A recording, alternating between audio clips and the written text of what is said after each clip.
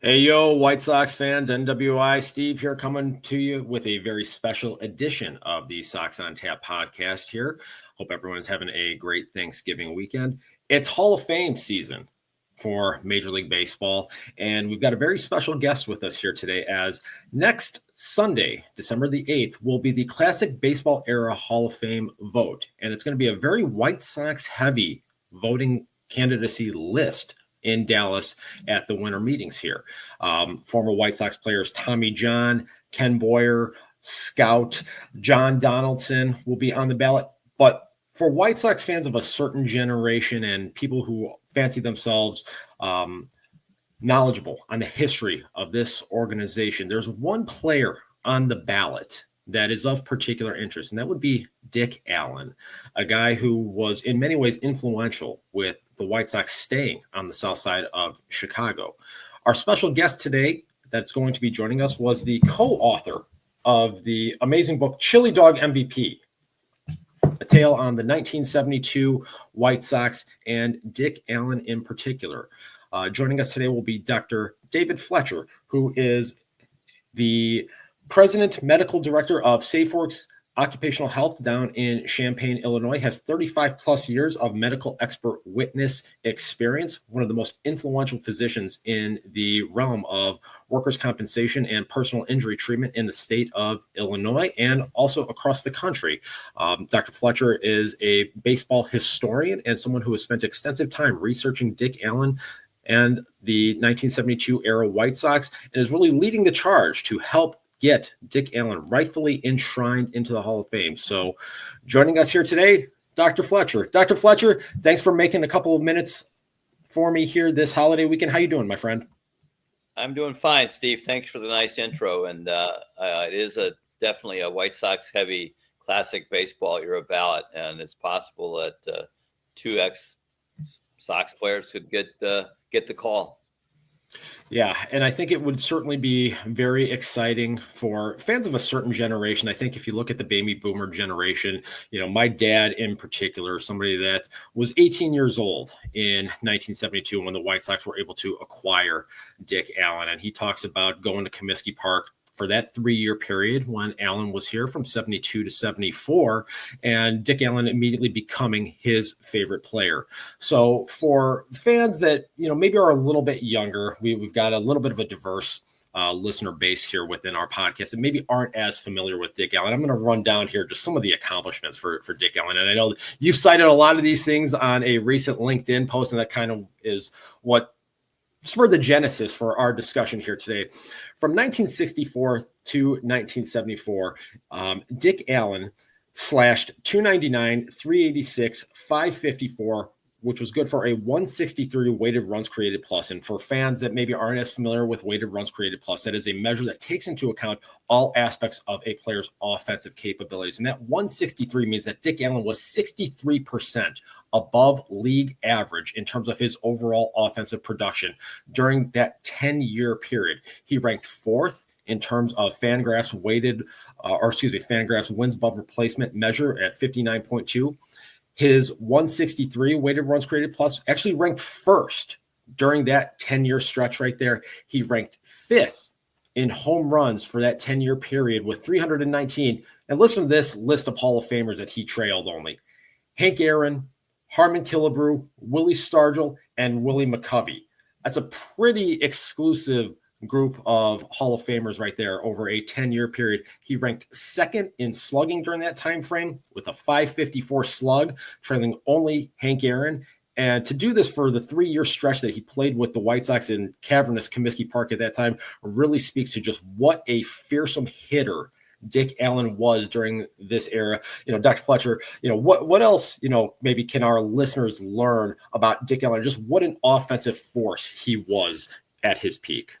Well, I think you put out the statistics there about he was for 11-year period had the highest OPS plus for that period above everyone. And you talked about the runs created, but I think those are numbers. They're important. But I really feel that fans who weren't alive like I was to see Dick Allen electrify Chicago from 1972 to 1974 was a lot about his power. He was incredulous. And he was probably one of the top 5 power hitters as far as distance in baseball, in ranking with Babe Ruth. Frank Thomas was a little bit, had power, but not like Dick did. And his power was so magnificent. Roof shots at old Connie Mack Stadium in Philadelphia, Tiger Stadium, but roof shots at old Comiskey. And one of the most famous home runs in the 72 season was when Harry Carey was sitting in the center field bleachers broadcasting the game, and he almost caught a home run off of Lindy McDaniels in August of 1972. So I think for fans who aren't familiar with Dick, it was his power, but it's also his clutch hitting. He hit when it counted.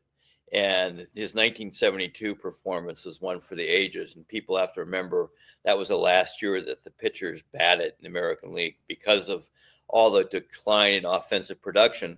That's when the DH rule was introduced in 1973. So that's probably, I think, what I would want fans to understand is he was the best offensive player for 11 years when you look at the statistics, but he hit when it counted, and he hit with power.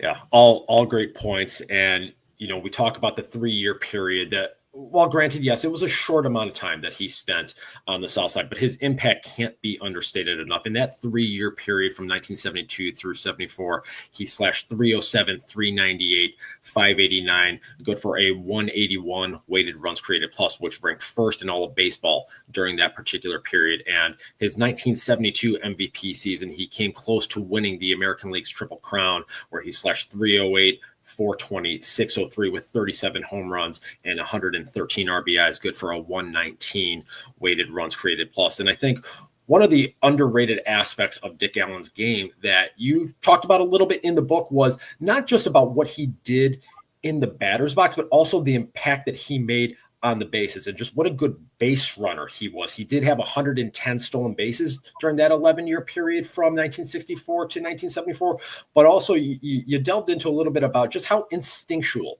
he was on the base paths, being able to get good jumps, get good reads on balls, hidden gaps, being able to take that extra 90 feet. And, for people that watch the game intently, understand how important going 90 feet at a time really is. And I think that's an underrated aspect of Dick Allen's game that probably doesn't get talked about enough when you think about just being a complete offensive player. Well, I think you point out that most people don't realize that was one part of his game was very special. Many people felt he was probably one of the top 5 base runners of all time at Major League Baseball. He had a very uncanny ability to cut the bases, especially around second when he would go for, from first to third. It was just poetry in motion to watch. And those are the things that are indelible in my brain, was just seeing him do that. In 72, he stole 19 bases. This is when he was, being counted on to be a power hitter. And I think people don't believe it when I tell them he even stole home in 1972 against the Yankees. And so I think that really, shows how incredible base runner he was. Plus, in 72, he was the last person in baseball to hit 2 inside the park home runs in one game. And we have video posted on our website and various places on YouTube that show that it was against Hall of Famer pitcher Burt Blyleven. So that really demonstrates, again, how good a base runner he was to be able to do that. Again, it's not been duplicated since 1972 at MLB. Yeah, tremendous point right there. Dr. Fletcher, can you give our listeners a little bit of background on just how you got, interested in Dick Allen, some of the things that led to your writing of the book, Chili Dog MVP, and a lot of the research that you've done? Sure. I grew up in the western suburbs. Went to high school at Glenbard West, played baseball there. And like a lot of suburban kids, there wasn't just a White Sox or Cubs fandom. It was very common to love both teams, and that was because they didn't play each other. There was no interleague play, and so I love both teams. And so if you're a baseball fan, you could see baseball every day because there was one team in town usually. So I'd go to Wrigley Field and go to Comiskey Park, and It was exciting. The Cubs finally were getting decent. I lived the White Sox disaster in '67 when they blew the pennant against Kansas City, and it was really bad years for the White Sox. And went to Comiskey Park, and their horrible years, 69, 70, 1970. They lost 106 games, only had less than 500,000 fans. They played 11 games in Milwaukee. Was part of a whole thing where Bud Selig was going to buy the White Sox and move the team to Milwaukee. So it was some real horrible years, but we saw a little bit of some resurgence with the White Sox in '71. Pitcher Wilbur Wood became a starter and had a kind of a season for the ages in '71, and then '72 they had Dick Allen. And what happened was that Roland Heeman traded Tommy John, who's on the ballot, for Dick Allen in December of '71, and that was the start of the resurgence of the franchise. And as I like to tell in a lot of interviews I'm doing right now, it's the White Sox franchise needed another Dick Allen after our horrible 24 year. It was very similar as far as the losses, fan disinterest, and Dick brought the fans back, and he basically saved the franchise. I think that's the most important thing I can say about Dick is his 72 year brought the franchise back. They had no radio contract. They depended on an AM station in LaGrange called WTAQ. This is with Harry Carey. And because of the season in '72 being so successful, the White Sox almost won the AL West. They were the second best record in the American League that year behind Oakland. They got the contract back with WMAQ, and it really bought them some time for the franchise. The Allen brothers were very underfinanced. They had a lot of other businesses that didn't do well. There was fighting between the two brothers. John Allen bought the team from his brother completely in 1969, and that was after this potential sale to Milwaukee, and he was short on funds, and so they needed something like Dick Allen to come and bring the fans back, get radio contract back. This was during the time they had given up the WGN TV deal they share with the Cubs, and we're dealing with a new WFLD channel 32 and then 44 TV rights. So it was a season that was important for the White Sox franchise because they had a transformative player that basically was Michael Jordan before Michael Jordan. He just electrified the fan base, and that's why baby boomers such as myself became very enamored with him. And they also had probably the top 5 coolest cover on Sports Illustrated. Came out in June of '72 with him juggling some baseballs. And that's sort of the cover of Chili Dog MVP. It's sort of an imitation of that done by Todd Radom, a famous baseball illustrator. And that cover was something that, even though it was a physician, I didn't like the fact he had cigarettes, and ironically, Dick died of lung cancer. Just really transformed my fandom. And so I was very enamored with him. Even when he left the White Sox, it was sad. But that was a cover I kept up in my bedroom. It's still there in 2024. And so I basically started the Chicago Baseball Museum project, which never became to any finality as far as a bricks and mortar location after a lot of effort and money on my part. And I did set up a tribute for Dick in 2012 with the White Sox cooperation, and just basically to bring him back to Chicago, to give him his due, what he did for the franchise. And we had Goose Gossage, who wrote the foreword of Chili Dog, who was a rookie that year at '72, became Hall of Fame, came back. We had Roland Heeman, who was the director of player personnel. We had several other players in that team come back, and it was a very, very successful event. And it developed my personal relationship with Dick. It became different than just a fan. It became very personal. And so for the rest of his life until 2020, I was close to him. He had me come to his retirement number 15 in Philadelphia in September of 20. He died in December of 20. I was a speaker at his funeral, pallbearer. Sad because he didn't make the Hall of Fame during his lifetime. So that gives you kind of a quick Cliff Notes version of my connection. No, that's very extensive, and I appreciate that. You know, for listeners that maybe don't know, I know I talk about this on the podcast every once in a while, you know, some of my professional dealings. I still remember the very first time we met when I came down to Champaign to meet you and your team at SafeWorks in January of 2021 and seeing some of the baseball memorabilia in your conference room. And I remember immediately being interested in just kind of looking at some of the various artifacts that you had in there, and you shared with me the project that you were working on, and I was immediately fascinated by it. You had sent me, you know, a copy of the manuscript before the book had even been published, so I had kind of a sneak peek of everything here, and I'm always going to be very appreciative of that. And just, you know, kind of learning about your experience with Dick Allen and this entire project for someone, like I said, who is fascinated by the history of the game itself, but of the White Sox, just given my fandom here.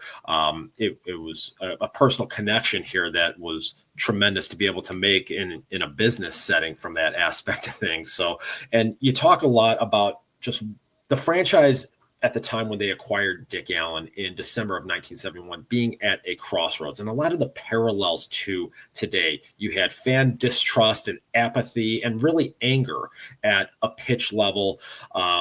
Back, you know, you talked about that 1970 season that was just disastrous when they lose 106 games, have less than 500,000 fans, and Bud Selig is trying to orchestrate a coup to move the team up to Milwaukee. You compare that to where we're at today. Jerry Reinsdorf threatening to, you know, move the team out of state once again here if he's unable to secure funding for a new stadium. You see fan apathy and anger really at the highest level I've ever seen in my life. And to your point, I really think it is important that this team does get a transformative type player, someone on the level of a Dick Allen, to help re-energize this fan base. And it is something that really is needed. And in the book, Chili Dog MVP, you dig deep into just the cultural significance of Dick Allen and how he helped to transform this franchise. You know, what are some of the things that from the various interviews, and you did a lot of extensive work, you and your co-author, John Owens, who, you know, had the opportunity to meet him when we were together at a game back in August, just a really impressive individual here. What are some of the things that you and John maybe learned just going through the extensive interviews about Dick Allen that maybe people don't know because they didn't have access to teammates, executives, and players of that era that were with Dick? Well, I think the most important thing that we learned was that whole image of him being a miscast, a lousy teammate, which Bill James wrote about. That he was the most controversial player in Major League Baseball history behind Rogers Hornsby, was baloney, and that he was beloved by his teammates and, you know, fellow competitors. I mean, they just thought that, you know, Dick was an unbelievable player, especially his power. And that was the message we got over and over again. What a special person, what he was. He liked the little guy. And he befriended George Orta. And that was kind of led to one of his reasons why he left the White Sox, besides injuries, was he had a big feud with Ron Santo, who ironically, you know, left the White Sox a year on his 75 contract to retire. That was the thing we just learned the most. And despite all of his stuff he faced in racism, especially in Philadelphia when the Phillies sent him down to Little Rock in 1963 for AAA, where it was right after the Supreme Court decision with the Little Rock Board of Education. He didn't have bitterness. And that was the thing that I really enjoyed the most of learning about him on a personal level. He was very complex. He was certainly no saint, but he was a real human being who had great faith, didn't wear it on his sleeve, but every time I was with him, he'd pray before a meal. People are aware he had this fight with the white Frank Thomas in 1965 that kind of got him miscast, and they repaired their relationship. A lot of people don't know that. Another thing a lot of people don't know, a lot of his teammates didn't know, his daughter got murdered, Terry. She was a brilliant young journalist, and she got murdered by her boyfriend. And, Dick shared a lot of that pain with me. And it had a lot to do with his life, what he endured. And he just rose above the racism issues you have. In a lot of ways, he was somewhat like a baseball version of John Lewis. And that was, for me, the most special thing, Lorene, about him. And, he saved the team that I love. American League, charter team is still there on the South Side, and we got to keep it there. And despite with the stuff with Reinsdorf going on, I think that if Dick Allen gets elected on the 8th of December, and I'll be there, I'm hosting the watch party at the hotel in Dallas, and his son will be sitting next to me, Richard Jr. I think what the fans will like the most is Dick wanted to go in as a White Sox. I know all the Philly fans are going to be pissed off about it, but as I refer to them, all you have to do is look at the cover of Dick's funeral program. You can see what helmet he's wearing. And I actually have one of Dick's batting helmets, which I hope to bring to Cooperstown in January when I go with his son for a tour to help build his exhibit. And it'll be a really fun thing. And I think other thing, but most fans of a generation are very familiar with Nancy Faust. I mean, she's only been gone for 14 years as the organist. She had 41 years with the organization. And the thing that she's the most proud of in her career, beyond Take Me Out to the Ball Game and No, Hey, Goodbye, was the fact that she invented walk-up music for Dick Allen. And that's what she's most famous for, and what she's most proud of her career. She played Jesus Christ Superstar. For the young fans who weren't there, and I know your dad will tell you this, it was unbelievable. When he'd come to the plate, she would put the big pipe organ there, and there was no speakers like there are today, because there was nothing music but the organ there. It was magical. And what I'm really hoping is, if Dick gets in, that in July of 25, trying to help his son write the speech, that we're going to incorporate and actually have Nancy come up and play that during that speech. It'd be very special. I'm going to start getting emotional about this, because that's how much it means to me.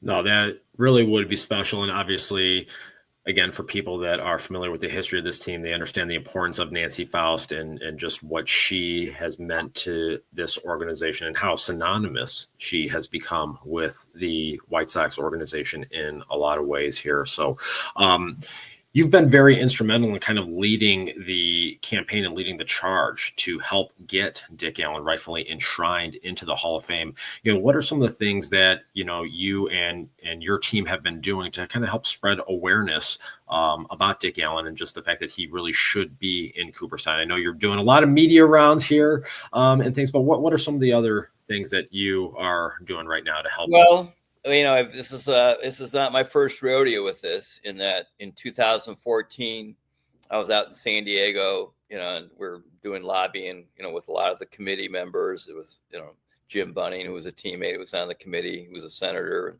Roland Heeman was on the committee. And, we thought we had the votes. I thought I had the 12 votes.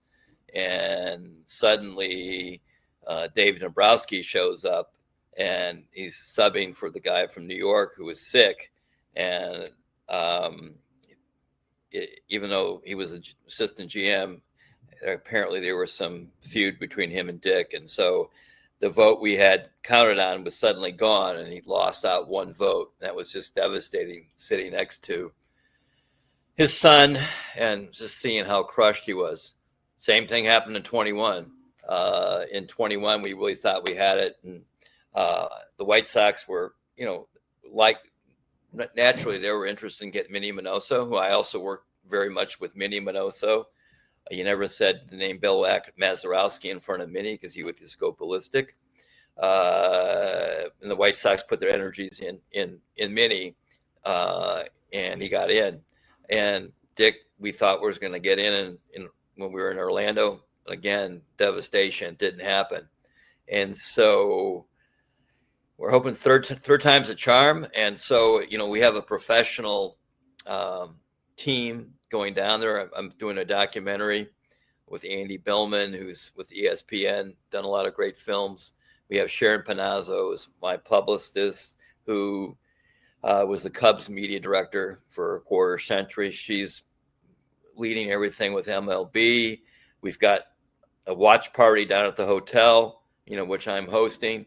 We're hoping it's going to be, great news, and especially for me as a White Sox fan, because, it's going to be a big battle between the Phillies and the White Sox. But I mean, for the fandom to have Dick go in as a White Sox in the off season would be a nice way to get that message. We need another Dick Allen out there. So the problem right now, we don't know who's on the committee. They've kind of this time kept it back because they used to get a lot of lobbying.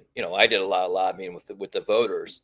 The nice thing now is I can send each voter a book. It's a pretty comprehensive review, and it just focuses obviously on his one transformative year for baseball in Chicago. But at least it's something that it provides some solid background about him as a person, and tries to recreate what he did for Chicago and recast him sort of in a lot of ways in a Black Lives Matter type of situation. So Monday morning, the ballot voters come out, and we'll look at the list. I've heard that Jim Cott, who was his teammate in 73, 74, who I've interviewed and several times, had talked to him in 2014 when he lost out in the vote. In 2021, he got elected, and rightfully so. So if Jim's in that room, we're hoping that he's going to be able to tell people what Dick was really like as a teammate. Mike Schmidt was doing that in 2021, telling people about what a special person Dick was. So it's a lot about just getting 12 out of 16 votes. And there's some other deserving candidates. Again, John Donaldson from the Negro League, was the White Sox connection and scout, is certainly there. For me, a fantasy would be if Tommy John and Dick both got in, because they were traded for each other, and that would be a nice symmetry. And as a physician, and obviously you as a doing medical device sales, for me, the fact with his famous operation prolonging his career has meant so much to baseball. I think there's a place in that for that. So so we'll be all over Dallas. I'm going to go down there on Friday and start scouting out and talking to people, and hoping on we at the watch party is successful, and then his son is going to be doing a lot of interviews. We'll also have Dick's nephew, Rick Allen, who's the son of Hank Allen. Unfortunately, Hank died this summer, who was number 42 when he was with the White Sox. So we've been through this before. We have to prepare ourselves. There's a potential for disappointment again, but I just feel right now the people will come through for Dick, because the statistics say it all. He's the best offensive player not in the Hall of Fame. But it was more than that. It's what his impact on baseball, what he overcame for racism. I think that's a message from a society message that baseball is about. So we're hoping for the best, Steve. Absolutely. I think as Sox fans, I think we all are as well. You talk about, the statistical impact, and I know I gave kind of a rundown when we first started here. Do you think the evolution of modern age baseball statistics and the way players are evaluated, I would say differently now than they were during Dick's era? I think during the time frame when he played, it was more so about the counting stats, your home runs, your RBIs, and kind of rudimentary things like your batting average. But if you start to really dig into modern age statistics, things like weighted runs created plus, OPS plus, where Dick really was head and shoulders above the rest of his peers at his time, do you think he would be looked at differently and appreciated more if he played in kind of the modern era today, the way players are evaluated. Sure. And also, he was ahead of his time because of his, he stood up for himself as far as his racial identity, also trying to negotiate contracts. I mean, he had, this is before free agency. After his White Sox year, he became the highest paid player in baseball. And there was a reason. And the best statistic was what he did for the White Sox franchise. He brought the fans back. And so I think those are the things that are more than the old stats when I was growing up. And, the whole sabermetrics stats are really critical in the analysis in retrospect. I mean, Dick never got any due during the time he was on the ballot for the writers, because the writers hated him because he wouldn't do interviews and so forth like that. So I think definitely he would be viewed completely different now. I mean, and especially if it was now medically. I mean, he had horrible injuries. I mean, he had cut his right ulnar nerve in 1967. Basically, his fourth and fifth digits were not functional. Probably one of my best throws was actually examining him for the first time about that. I remember what had happened in 1967. Plus he had a horrible shoulder issue. He had a horrible ankle issue. I think of what modern medicine would have done to prolong his career would have been really unbelievable. And I mean, again, his power was all before steroids. I mean, he had an unbelievable physique, body, very cut. And he wasn't a big guy. He was only 5'11". But I think this personality, I can imagine in today's age with Twitter and social media, I mean, he would be unbelievable, what he was. And again, he was the Michael Jordan of Chicago before Michael Jordan. That's how electrifying he was as a personality. Yeah, no, all great points. I definitely think that he would be appreciated much more today, the way that players are evaluated. You talk about the watch party that you're going to have next week down in Dallas, and some of the family of Dick Allen that's going to be there. What do you think it would mean to the family to see him elected posthumously? And do you think that if he is indeed enshrined, they would look at his legacy differently, knowing that he's got a plaque in upstate New York? Well, the family is, obviously excited, but they also, I'm very close to his son. I've been very close to him now for 12 years. I've talked to him probably every day, or text him every day.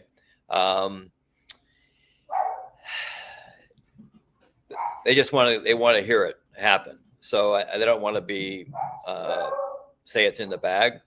So I know how excited they'll be. We've talked about some plans about Cooperstown. I've kind of got a lot of the 72 teammates ready to go. I talked to you about Nancy playing at an induction speech. Again, I'm not doing this with any cooperation with the White Sox. I'm doing this on my own. I mean, I've funded personally the watch party, and various different things. I mean, we're working on this documentary about Dick, which would be an extension of the book. I know that they will believe it should have been done a long time ago. And I can remember the first time when Dick came to Chicago for the 2012 tribute, picking him up at Midway and talking to him about OPS plus, and he had no idea what it was. I had to explain to him what it meant.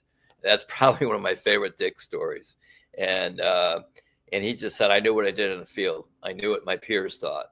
And it was hard for him to go to Cooperstown because he wasn't there. He surprised Goose. And I was actually there in 2008 for that Goose's ceremony in 2008. And he surprised Goose. Him and Chuck Tanner came and surprised.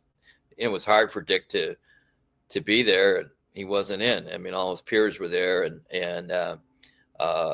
So it'll be really emotional. And I'm really hoping, for me as a White Sox fan, it happens, because we need another Dick Allen, and for him being symbolic, it'll be controversial, as I said, about what hat he would wear, similar to what happened with Andre Dawson, who wanted to go in as a Cub, got forced to be as an Expo. Now they allow the family to choose if they're posthumous. So I just think it'll be fun for the White Sox fans, because it'll be sort of symbolic of what the franchise needs.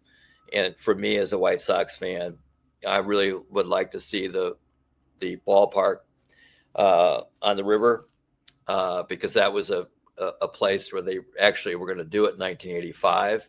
I have a book I'm working on about called Comiskey Park Demo, which is the last days of the baseball palace of the world. It's just ironic that they're reviving the same location they looked at before. And I think it's important for us as White Sox fans is that should be the site of the 2033 All-Star game. I mean that's just really, really important. You stole a little bit of my thunder there. That was going to be kind of my next question, just given your background with the Chicago Baseball History Museum and everything else. So I was going to kind of ask, and you kind of delved into it a little bit. So as far as what's next for you here, so can you kind of give us a little bit of an update on where things stand then with the book on the final days of Comiskey Park and what you've got working next? Well, we've done a lot of research for it, but it really, because of the White Sox, story's not over because of the new ballpark plans, and so we kind of want to see how those go through, because I think I don't want it to be a kind of a premature ending. I want to see how that turns out. So working on that.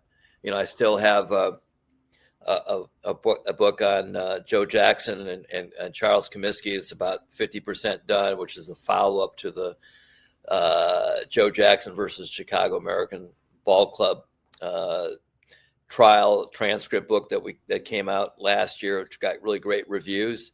So those are some projects that we've got on tap.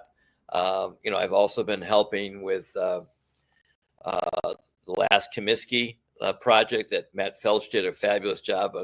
Any fan has obviously seen that, but I was the person who was able to convince Ken Smaller, who is a photographer, to do the table book version of Last Comiskey, which is up for an award on January 18th for the Book of the Year award, which I'll be there supporting Ken. Ken's going to be down in Dallas taking pictures for us. So those are some projects. I mean, the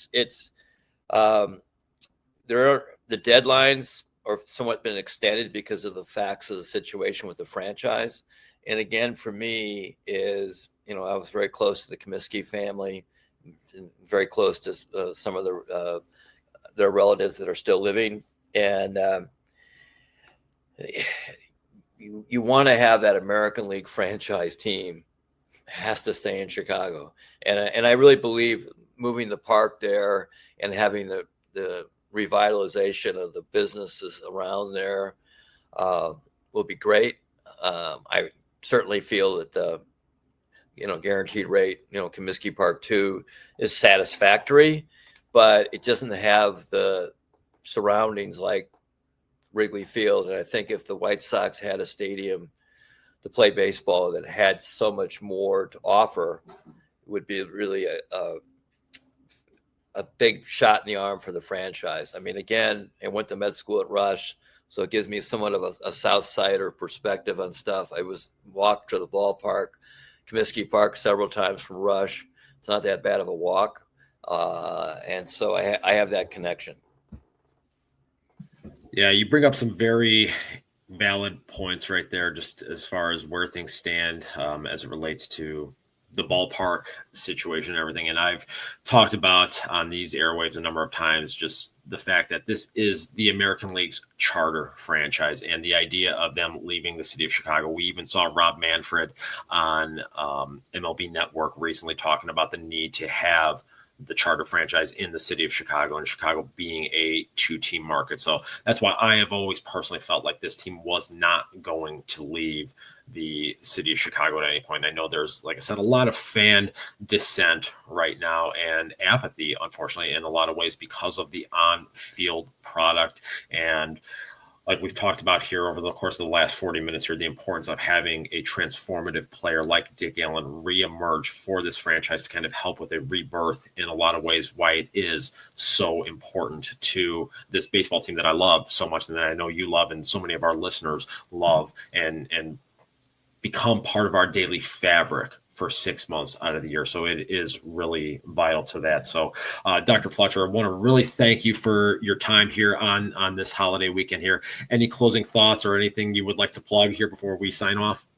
No, I really very honored you asked me to do this. You know, we have a nice business relationship, which has a very foundation of our common love for the White Sox, and I just hope to report back some good news from Dallas. I know that if it happens, it's going to be fantastic for the franchise, and I think a lot of people wake up. They got to hear the story about Dick, what he did for the franchise, especially the signature moment with his chili dog home run. And I think just the other cast of characters he had around him are really important. Last week, I got a chance to talk to Wilbur Wood, and he talked a lot about 1970 and how it was when the place was empty. And he was with this team in '67 when they almost won the American League pennant, and he was up till team when he was on the '77 team. So he saw a lot. And so he's 83 years old, living in Boston, and I try to talk to him about coming to Cooperstown. He doesn't travel much. It's only a 3.5-hour ride from his house to Cooperstown. And I know it would mean a lot to Dick's son, who spent time with Wilbur, if he could be there. So that's kind of my final thoughts is bringing back the people that were around in Chicago for that, to see the rebirth of the franchise, because they were 1 foot out of town, just like we're concerned about in 2024, 2025. Great closing thoughts there, Dr. Fletcher. Again, thank you so much for your time. And for our listeners here, if you have not already, you need to go and pick up Chili Dog MVP, again, co-authored by Dr. Fletcher and John Owens. Tremendous book. If I could make one final comment, we are absolutely working on a Hall of Fame edition of Chili Dog MVP. Some new interviews, some interesting new stuff, but that's what we're hoping is we're going to be able to have the Hall of Fame edition and have a epilogue to the epilogue with a happy ending. That would, I think, put the final stamp on what I consider just one of the best baseball books that I have ever read. And, a lot of the details in there kind of talking about the surrounding socioeconomical and political environment that surrounded Chicago. So it's not just a baseball book. It's obviously a very baseball centric book here, but it kind of hits the way back machine a little bit, talks about things 50 years ago and where the city was and how Dick Allen really helped to kind of, like I said, transform a franchise, and in some ways also kind of helped change the social fabric of the city at the time here. So really important piece. If you have not read it, it is absolutely essential reading for baseball and White Sox fans here. So Dr. Fletcher, thank you once again for giving us some of your time here today. Enjoy the rest of your holiday weekend. And as always, go Sox and bring us home some good news next weekend. All right. Thanks, Steve. Bye-bye. Thanks, Dr. Fletcher.